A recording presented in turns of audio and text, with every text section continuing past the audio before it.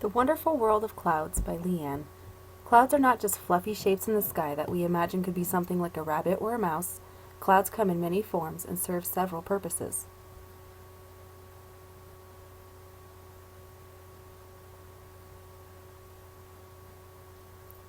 Clouds are the accumulation of water vapor high in the atmosphere. This is done from the expansion and cooling of air. When the air cools, the water particles move slowly, causing condensation to occur. Water condensation onto ions, or that forms larger and slower moving particles, create a visible collection of water droplets or ice particles. This is now a cloud. Clouds are classified by their form and altitude, making 10 different classifications of clouds within 4 major cloud groups.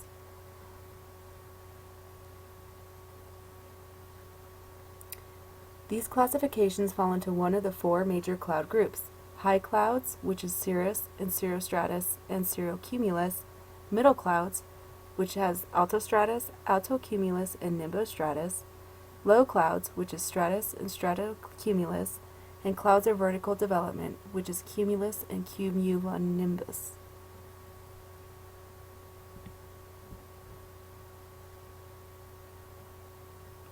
Since high clouds form above 6,000 meters, the air is cold and dry, resulting in clouds made up of ice crystals. The strong high-altitude winds make these clouds have their wispy shape or small wavy puffs. These clouds all have the prefix cirro and are a good indicator of fair weather.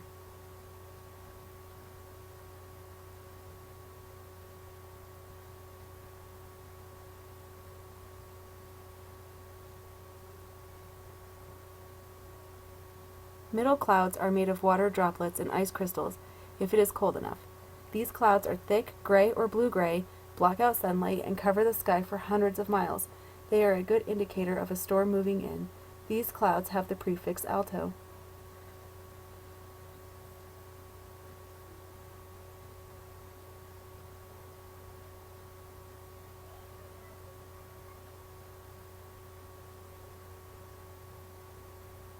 Low clouds are made from water droplets. As the name would indicate, they are the lowest of the cloud groups and resemble a high fog.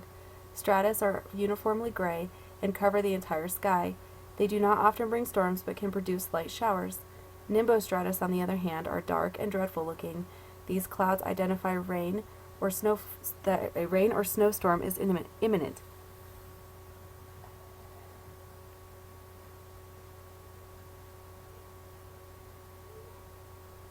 Clouds of vertical development do not fall into the other categories, as they can be low altitudes at their base and reach high altitudes at their tops. Cumulus are a fair weather cloud, whereas cumulonimbus are associated with heavy rain, thunder, lightning, and hail.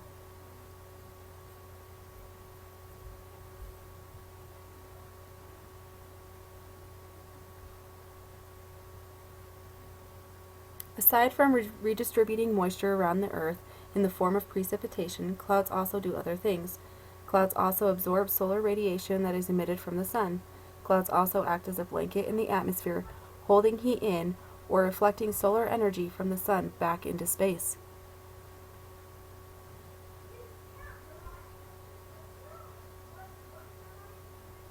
Just as a side note, being that we live in Colorado, over the last 5 days, I bet you I've seen every type of cloud and every type of storm besides, hail, move in. We've had good days, and then all of a sudden it turns terrible, and or terrible days that end up being pretty good. So Colorado is definitely one of those areas of multi-cloud formations. Okay, I'm done.